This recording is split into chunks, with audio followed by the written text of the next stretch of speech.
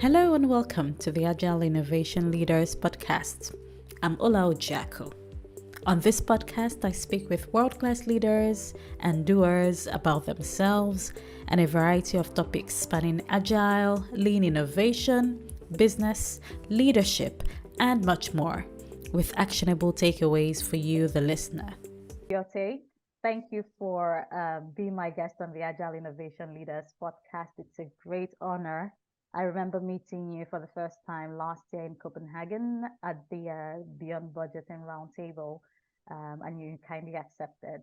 So thank you for being here today. Thank you for the invitation. Great.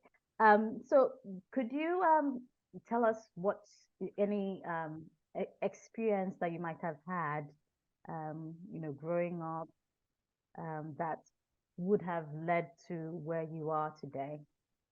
Well, the author Douglas Adams, he once wrote that I might not have gone where I intended to go, but I think I ended up where I needed to be.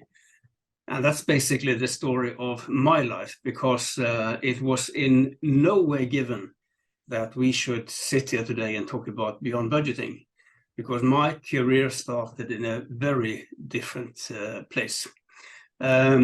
I'm a finance guy by education, and after I finished my business studies, I joined a company called Statoil. It's today called Equinor. It's Scandinavia's largest company. It's an energy company. And my first management job in this company, the year after I joined, was actually head of the corporate budget department. I have been heading up more budget processes in my career than I want to be reminded about in that job and in many other finance manager jobs in different jobs. I've been working abroad quite a lot for the same company. I used to be a big fan of this way of managing. There was actually an interview with me from the company magazine at the time, where I'm praising the brilliance of budgeting. And I hope that there are no more copies around. And another reason I like that quote from Adams is that I come from a teacher family. My parents were teachers. My sister was a teacher. So I was in the way the black sheep in the family because I went for business studies.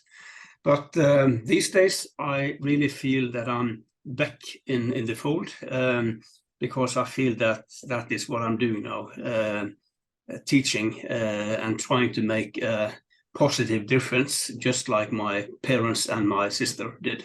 So teaching, it seems like it's a full circle, but you wouldn't have gotten here without still going through that process of working in business. No, I think I'm very glad I have that background, because it means that I know what I'm talking about. I know most of the tricks in the budget book, and some of them are quite nasty. And so when I would discuss with managers, finance people, and others, then I know the arguments and I know how to respond. Another important part of this journey was that I am one of the few finance persons, I believe, who has also worked in human resources. I was heading up the HR function in a large European company for some years, and that experience was also a big eye-opener for me when it comes to the leadership, the people side of beyond budgeting, which is just as big as the kind of finance process side. We will be getting to talk about your book, which is This is Beyond Budgeting, that was released this February 2023. Congratulations. Thank you. It is what I noticed was that the difference between this budgeting, your second book, and implementing budgeting, beyond budgeting, which was preceded this. This is actually a quicker read, smaller. It seems like it was condensed and it was done on purpose. And could you tell us about this book, the main message? Yeah. Well, first of all, I mean, that is a correct observation. This is a shorter book on purpose. And the simple reason is that we need to reach people, busy people with limited time to read, and they don't have time to read bricks. So yes, it is a shorter book. It is recapping some key messages from my earlier books, but there's also a lot of new stuff in it. I have learned a lot since the other book you shown was published back in 2016. I've written a lot, I've worked with a lot of great organizations. So again, a lot of new learning also. And I really do hope to reach, I did reach a number of executives, managers with my previous book, and I know because of nice feedback from many of them, but there are so many more of them that still needs to hear this message. So that is why it's a shorter one, and I'm also very grateful and happy that Gary Hamel agreed to write the foreword. I mean, he is such an inspiration when it comes to management innovation, and has been it for such a long time. I mean, hearing Gary speak is simply mind-blowing. I mean, he's dynamite as a speaker, and I think he's written a great foreword. And there are also quite some nice endorsements from important people in the Agile community and kind of borderline Agile community. Rita McGrath, Dave Snowden, and Julian Birkinshaw, Josh de Block, the founder of Buurtzorg. So I'm also very happy that these people took the time to read it and write these nice endorsements. Indeed. We will go into some key points in the book. For the listeners or viewers, they would have to buy it to go through it to know what it's all about. But can you tell us, because there might be some people listening to this that don't know what beyond budgeting it's all about? Mm-hmm. No, that's obviously an important question, and let me start with saying that beyond budgeting is a somewhat misleading name. We know it was beyond budgeting was invented, developed 25 years ago, and back then there was nothing called agile or business agility. So if that label had been around at the time, maybe that would have been the name of this. But it is basically about business agility, and as the subtitle in my book states, it's about creating organizations that are more adaptive and more human. And beyond budgeting is very much about changing traditional management. But at the core of traditional management, you find not just the budgeting process, but also the budgeting mindset, built on the assumptions that the world is predictable and plannable, and that you can't trust people. These are assumptions that we really challenge in Beyond Budgeting, because it isn't true. So if you want to change traditional management, you need to do something with the elephant in the room, the budgeting process. And that is something that, if you look at Agile, I think Agile has kind of avoided that elephant throughout all these years. It's been regarded as a kind of the something unavoidable, a law of business, which isn't true, because more and more companies are skipping this way of managing. And talking about Agile, I'm a big fan of Agile, but and what I'm going to say now is not criticizing Agile, but I think it would also help to explain what Beyond Budgeting is. Yeah. I think part of the success of what I call early Agile has to do with its birthplace in software development and how teams are working. And I think in those early years, I think what executives in big companies, what they observed and heard about Agile was better projects, faster projects, more value, more engaged people. And who can be against that? Wonderful. I love it. Come on, guys. Agile is great.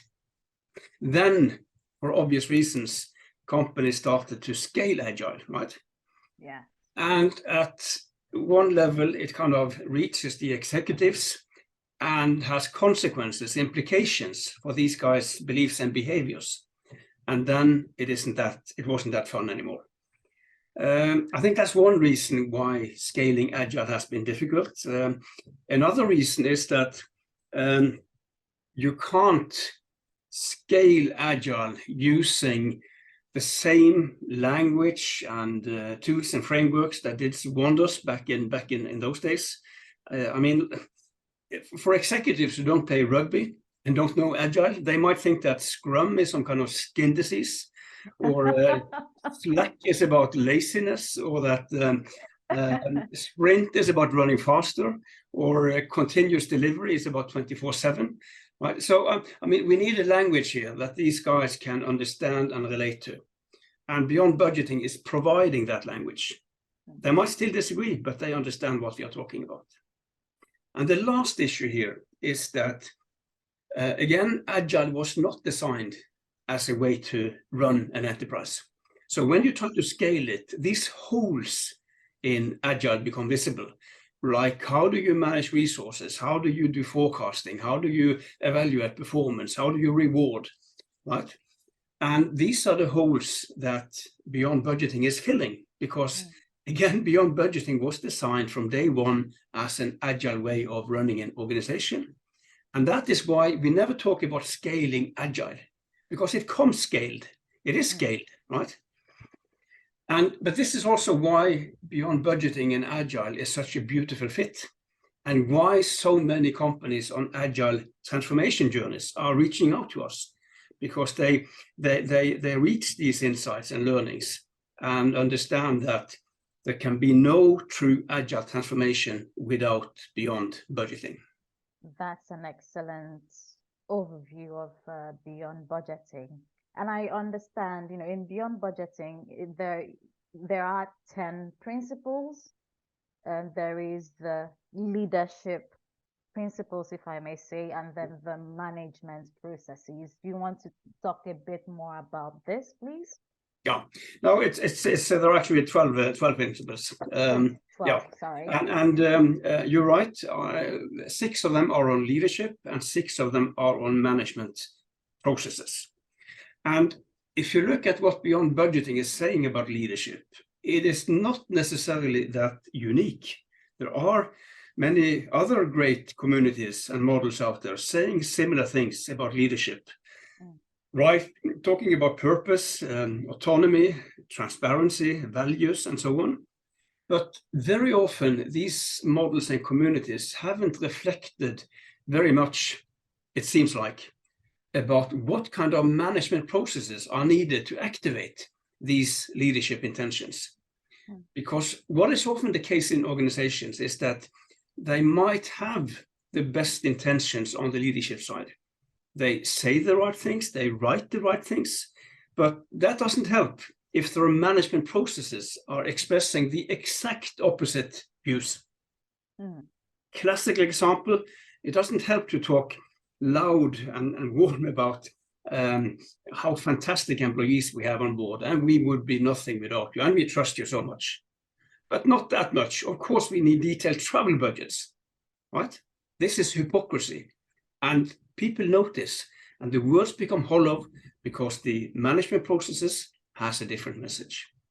So that is why there is a strong focus in Beyond Budgeting on coherence between the two, between what is said and what is done, right? I think that is one and very important aspect with Beyond Budgeting. The other is that, as I mentioned earlier, I don't think any other community out there has cracked the budget problem. The budgeting process is something that everybody complains about. It's maybe the most loathed corporate process out there, followed by performance appraisals. But again, it's kind of been left untouched until Beyond Budgeting came and offered great alternatives to this quite outdated way of managing, because it is fascinating. There are not too many other technologies applied in companies today that are 100 years old. But that is the age of budgeting, invented in 1922 by James O. McKinsey, the founder of McKinsey Consulting. Right? And I never met Mr. McKinsey, but I don't think he was an evil man. I actually think he had the best of intentions. I mean, he wanted to help organizations perform better. This was management innovation 100 years ago. And it probably worked 100 years ago because the world was completely different. The quality and the capability, competence of people were very different. But today things have changed, and that is something that our leadership and management models must reflect. Okay, there's something you said, the two things or two activities that probably are most loathed in organizations would be the budgeting process and the performance appraisal. And you've talked a bit about the budgeting. So from the performance appraisal, what exactly about it doesn't sit well with people? Oh, that list is long. First of all, I mean, it's just like budgets, as I will come back to, has different purposes. So has the performance appraisal. I mean, one purpose is meant to be learning and development. That's a positive one. But another purpose is to determine rewards, right? So if you're my manager and I'm coming in to a performance appraisal with you, and if my mind is mainly on the reward side, the last thing I want to share with you is where I have learning and development needs, right? I want to brag about all my successes and how great I am, and so on, and vice versa. So kind of combining this in one process with one outcome is meaningless. And also this focus on rewards, and which very often is about individual bonus, which is one of the problems in traditional management that Beyond Budgeting is strongly against. We believe in common bonus schemes driven by joint performance instead of individual performance. So it is, and it is typically an annual event, right? An annual stunt. It's meaningless to talk about feedback and development once a year. That needs to happen much more continuously, right? So I think budgeting is a bigger problem. It makes more damage by all means, but performance appraisals come, and the whole no performance management notion it does almost as much damage. And by the way, that is a label I really dislike. Performance management, right? Think about it. What are we really saying? Aren't we saying that if we don't manage your performance, there will be no performance, right? That is not a very positive message. And I also think there was quite a lot of illusion playing out here. I think our ability to manage performance among knowledge workers in today's people and business realities is actually quite limited compared to what managers and HR people and some finance people often tend to think.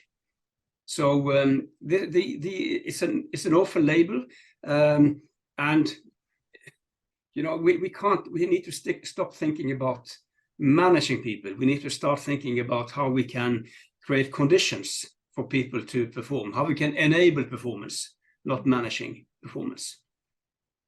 That's a great point, Bjarte. So what's the solution? What's the solution that Beyond Budgeting is going to offer? And the next one following it would be, okay, how do we apply this? Because most people actually who are blank on Beyond Budgeting, when they hear about this, they like it. right? They see that this makes sense. It's only common sense in a way. This is about taking reality seriously, and it is addressing so many of the pain points they experience working, especially in big companies. But then, of course, the next question is, well, how do we get started? And we have two general recommendations here. The first one is about the case for change, which simply means that the whole organization, or as many as possible, has to understand that all those complaints about traditional management, including budgeting, the time it takes, the gaming, the narrow performance language, the outdated assumptions. I mean, these are more than irritating itches, right? These are symptoms of a big and serious problem, namely that this way of thinking, this way of managing, originally meant to help organizations perform better, is today doing the opposite. It has become more of a barrier than a support for getting out the best possible performance. And the more there is a common understanding of what kind of problems the organization is trying to solve, the easier everything afterwards is. Because if you're unclear about that, I mean, how can you make your choices about alternatives, right? But the clearer the case for change, the better the problems are defined, the easier it is when you have a choice of design. Should we go this way or this way? Well, which solution would best solve the problems we are trying to solve? So the case for change has to be created, a solid one. Then getting started. We know that many, having seen the beyond budgeting principles for the first time, might feel this is a bit overwhelming, right? With all these bold ambitions around leadership, these major changes towards the traditional management processes. I mean, it is a mouthful. It is quite a comprehensive leadership and management model. And if some are kind of a bit scared, I can understand that. If that is the case, we have a very simple, tested, practical, logical way of getting started, which is more budget-oriented than beyond budgeting itself, but it is a great way to get started.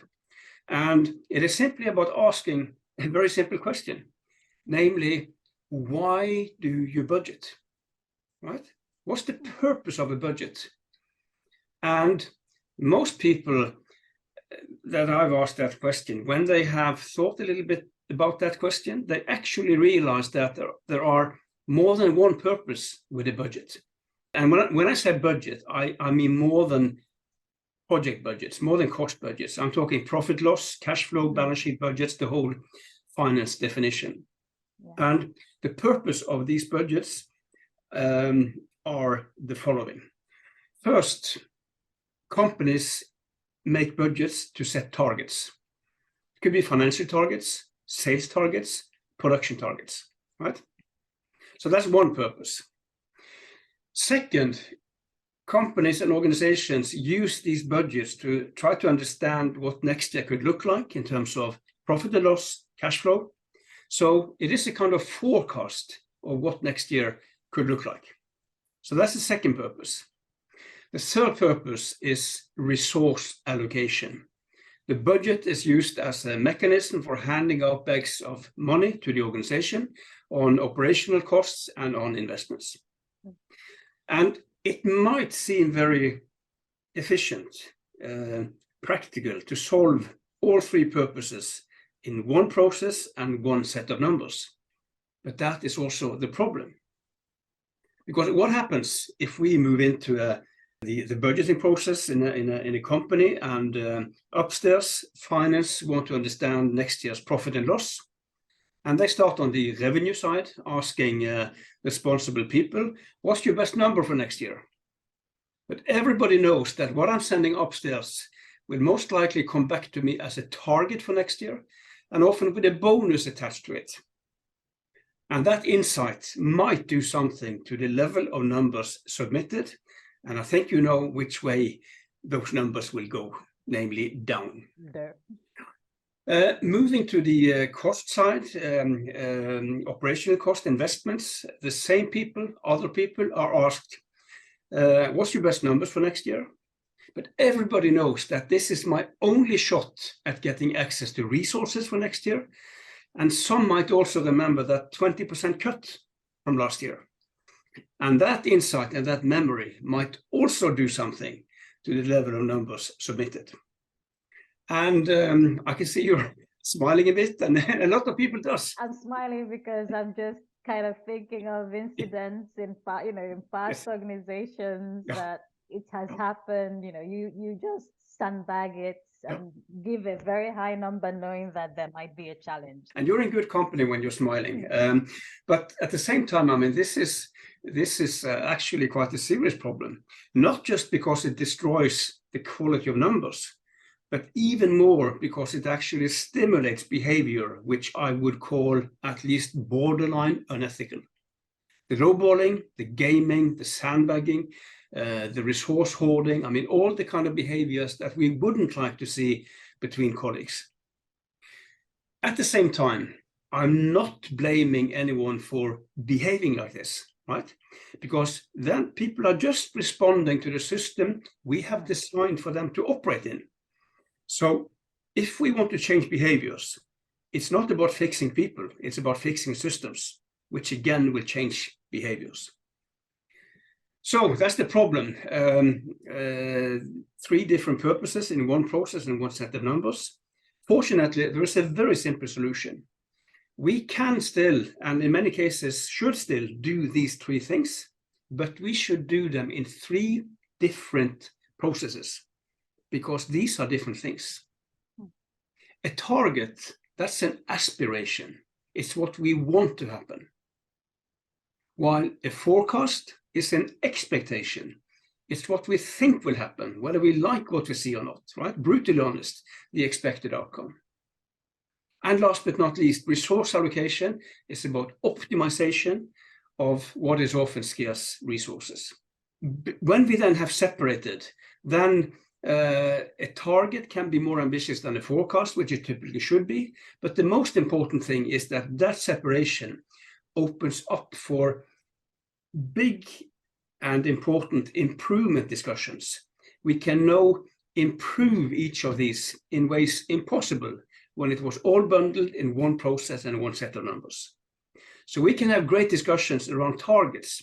How do we set better targets that really inspire and motivate people without people feeling stretched? How can we set targets that are more robust against the volatility, the uncertainty, the complexity, and the ambiguity out there? Forecasting. How can we get the gaming and the politics out of the forecasting? And we don't need a million details here. We are looking at the future. There's uncertainty, which is a big difference from looking at the past through accounting, where details and decimals make sense and is often required. But looking at the future, there is uncertainty, and that must have implications. So this isn't a good example of, in this stuff, we have to leave behind that accounting mindset that is applied for describing the past through accounting, right? When we look at the future, then we need to accept the ambiguity, the complexity, and not just accept it, but embrace it. And last but not least, resource allocation. How can we find better and more intelligent, more effective ways of managing cost than what a certain Mr. McKinsey could offer us 100 years ago under very different circumstances? And this is the important discussion. That separation of purposes, that just enables these improvement discussions. And in these discussions, having these discussions, that is a kind of not scary organic backdoor into those 12 principles, especially in our leadership, right? Target setting, what really motivates people, resource allocation. Again, do we need detailed travel budgets if we say we trust people? So again, it is pure logic. I have yet to meet a CEO and CFO that didn't come up with that list of 3 purposes, didn't understand, when helped a little bit, that that's problematic, and didn't see that there are much better ways when you can improve each one separately. And last but not least, we can also then do something with the cadence, with the rhythm of each one. So now we can organize each of the three, target setting, forecasting, resource allocation, on a rhythm that not just reflects the kind of business we're in, but also the kind of purpose, right? So you would set targets or change targets much, not that often as you would change your forecast. And resource allocation is something that you would do all the time, right? So, and also another beauty of this approach is that when people tell me it's impossible to operate without a budget, then my response is, having explained this, that here we still do what that budget tried to do for us, but because we've separated, we can do each one in so much better ways, right? And when people say, well, the bank want a budget, the reason why banks ask for budgets is that they have never realized that there was something else to ask for. So if you can tell the bank, I won't give you a budget, but I will give you my targets and my reliable forecasts, the bank will be more than happy. So I'm spending a little bit of time on this because it is the more finance-oriented part of Beyond Budgeting, but it is a great way to get started. And I've had so many companies over the years, and with the big majority, this is where we started out. And what we observe over and over again is in having those improvement discussions, the first year, people are a little bit cautious about how radical shall we be, but then it turns out that things work. And what was scary today is not scary tomorrow, because it did work, which means that the appetite for being braver increases. So we typically see that organizations get braver along the way. And when it comes to targets, after some years of setting better targets, actually decide to skip targets, right?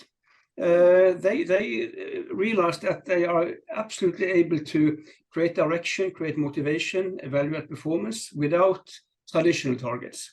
Some even skip forecasting. I haven't heard anyone skipping resource allocation yet, that you need to have.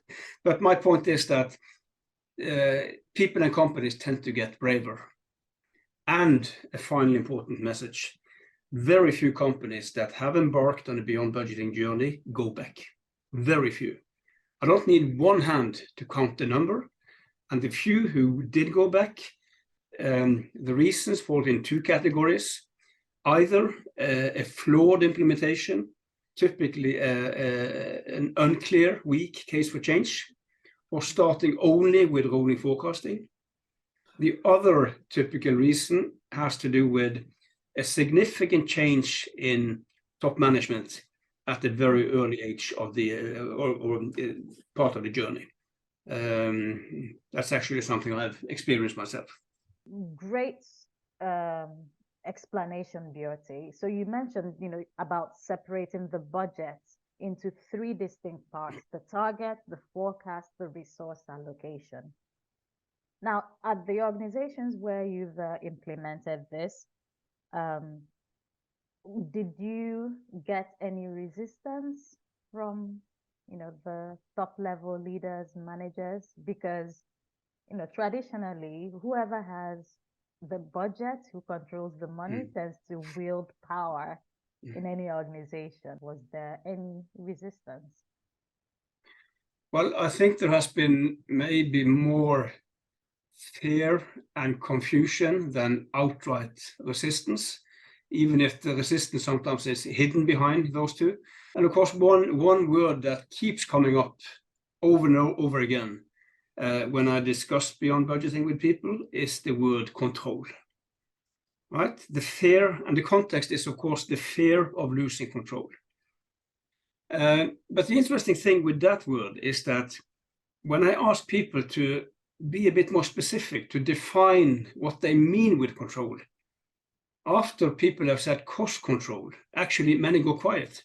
They struggle with defining what they are so afraid of losing.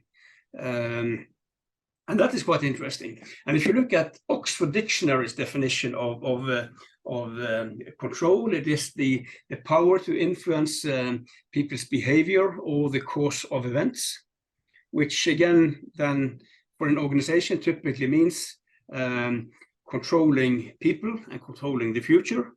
And again, those are the two assumptions that we challenge in Beyond Budgeting, because it is about not trusting people and thinking that the future is predictable and plannable. And on control, what I often tell these people is that yes, you will lose control, but the control that you lose are the bad controls. What you will get more of is good controls, and I wouldn't call that losing control. And one example of a good control in Beyond Budgeting is transparency, right? And let me give you one classical example of how it can be applied. And this is a real example from a Swiss pharmaceutical company called Roche, quite big. And they are today on a Beyond Budgeting journey. But some years ago, they did a very interesting experiment around travel cost.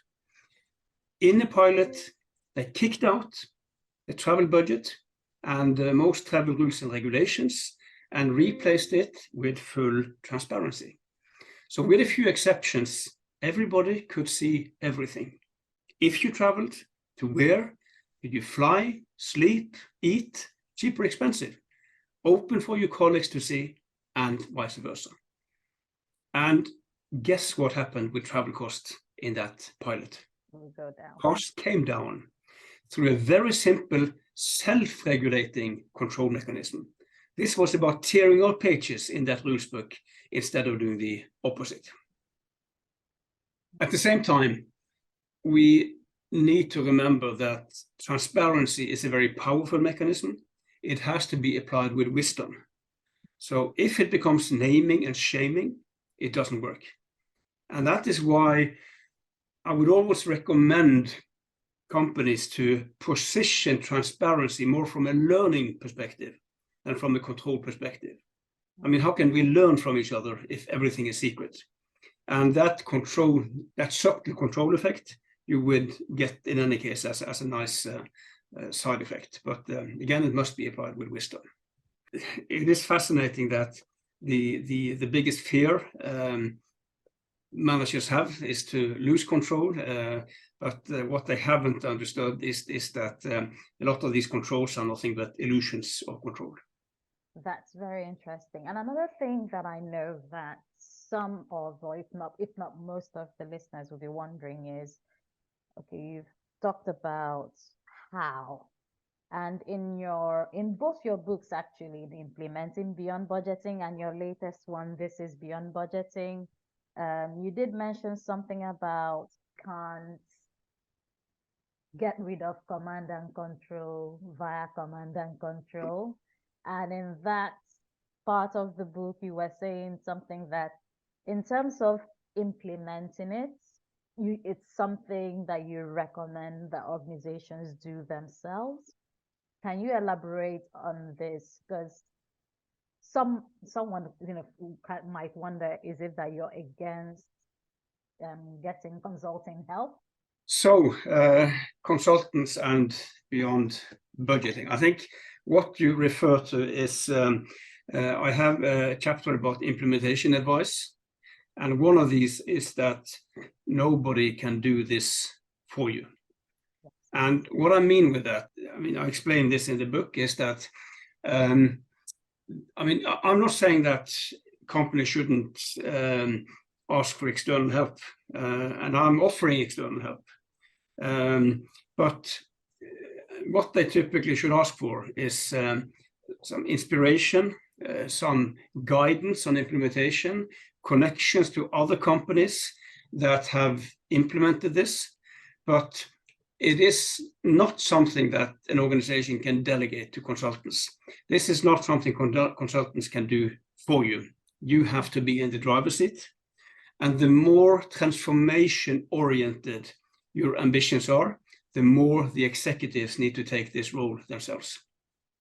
And I'm saying this because for implementing Beyond Budgeting can be anything from a more cautious improvement of finance processes, to a radical organizational transformation, and anything in between. And the higher your ambition levels, the higher the ownership in the organization has to be. When it comes to the consultants, and I also write about this in my book, this is something that has happened just over the last few years. That is that the big consulting companies have gotten seriously interested in beyond budgeting. That was not the case before. And the reason for it is that their clients are getting interested, asking for it. And so most of these would like to work with us, and in some form or shape. Sorry to interrupt, Bjarte. So by us, you mean the Beyond Budgeting? Yeah, yes. They want to work with the Beyond Budgeting Advisory, the Beyond Budgeting Institute. Yes. And again, we are not naive. I mean, we come from different places. We might have different agendas here, but at the same time, these companies, they have channels and muscles that we don't have to the same extent, at least not yet.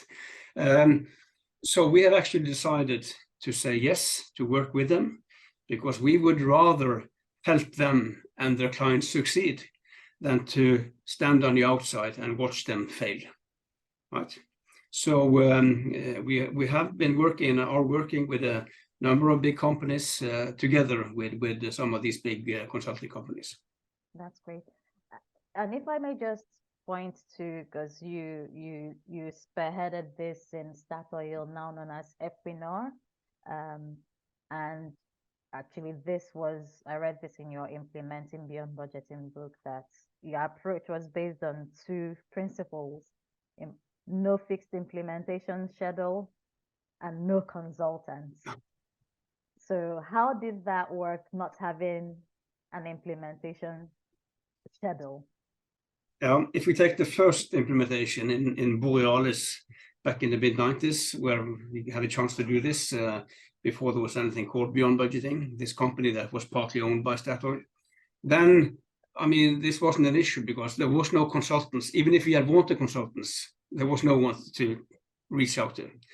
So then it was quite easy.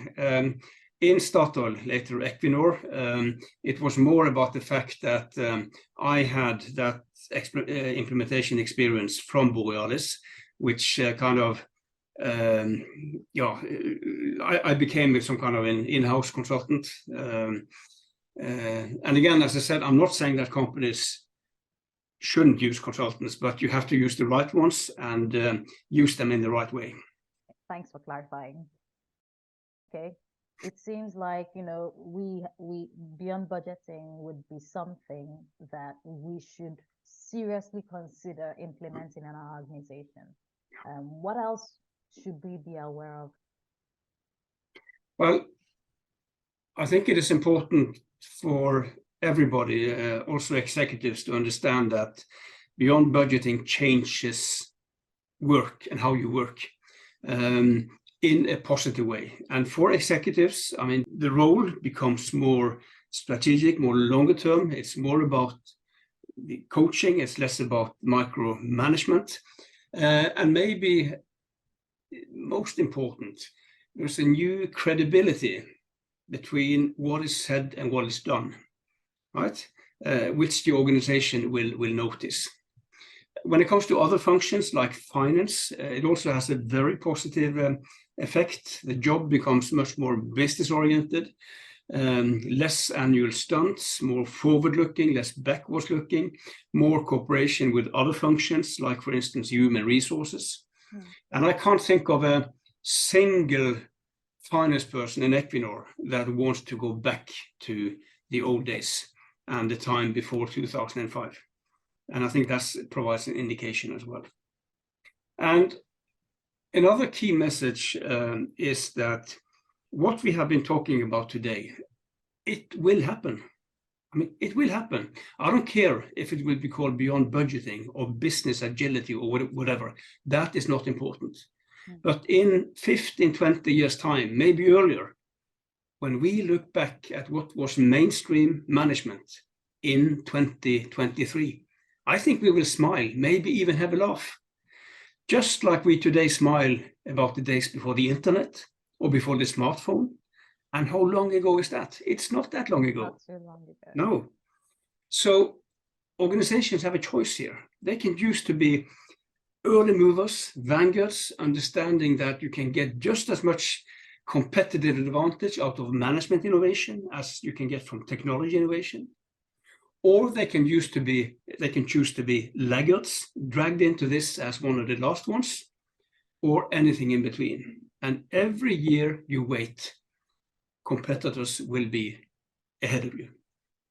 And I don't think that choice should be very difficult. And again, it should be easier to make today when so many organizations are embarking on a beyond budgeting journey. It was a bit tougher and a bit more scary 25 years ago when this started out, right? But again, it will happen. I'm going to ask you a question I ask all my guests. What books have influenced you and would you recommend to the audience? Well, many years ago, when I was an ardent budget supporter and believer, I read Maverick by Ricardo Semler, the former CEO of Semco. And I was mind blown, simply mind blown. It kind of, it really moved me. Even if I kind of didn't have the chance to adopt any of that thinking before many years later. Lately, again, I've mentioned Gary Hamel and his co-author, Michele Zanini. They have written great books. The last book, Humanocracy, is a great one. And a previous one by Gary Hamel, The Future of Management, is also a book that I really like. And I recall giving that book to the CEO of Statoil quite early on the journey. And he liked it so much that he gave it as a Christmas present to the rest of the executive committee. Thank you. And of course, I would add to the list, this is beyond budgeting. If someone wants to get in touch with you, what's the best way of getting to you? Yeah, then I would think about this as getting in touch with us. And when I say us, I mean that there is a core team of 5-6 people who are kind of driving this. And we have a website called BBRT.org that will give you more information about the Beyond Budgeting Roundtable, which is a global network of companies interested in this. And that is where you can sign up as company member, individual member. And I also recommend to subscribe on our newsletter. And if you're curious about this guy in all of this, then I made that difficult decision a few years ago to leave Equinor to start Bogsnes Advisory, to be able to work full-time with this. And so I have my own small, simple website called bogsnesadvisory.com. And on bbrt.org, you will also find a list of more books that I can highly recommend on this topic. That's great. Are you on social media, Bjarte? I am. I'm on LinkedIn, Twitter, and the only thing I write about is this stuff. There are no cats and dogs and grandchildren or any. So it's highly appreciated if somebody wants to follow me. So any final words for the audience in terms of an ask? Is there something you want them to do? Reflect a little bit about the risk picture here, because there is a very compelling risk picture, right? If you are afraid that it won't work in your organization, well, what's really the downside risk? Because if you're right, if it doesn't, you can go back to the old way tomorrow. Not a single soul in the company would have forgotten how to budget, as one example. And compare that minimal downside risk with that huge upside potential performance-wise. And I'm saying when this is working, not if it's working, as we have seen in so many organizations. So a very compelling risk picture. I think that is worth reflecting on as well. Well, it's been great speaking with you, Bjarte. Thank you so much for those wise words and the advice. And I would again say to the audience, please go grab your copy of Bjarte's book, This is Beyond Budgeting, which is now out. And I hope we would definitely have another opportunity to have a conversation and speak about beyond budgeting, since you don't want to talk about any other thing else. Anyway, so thank you again, Bjarte. It's a pleasure having you on. Thank you, Ulla, and thank you very much for the invitation. That's all we have for now. Thanks for listening. If you like this show, do subscribe at www.agileinnovationleaders.com. That's agileinnovationleaders.com, or your favorite podcast provider. Also share with friends and do leave a review on iTunes. This would help others find this show. I'd also love to hear from you, so please drop me an email at ola@agileinnovationleaders.com. Take care and God bless.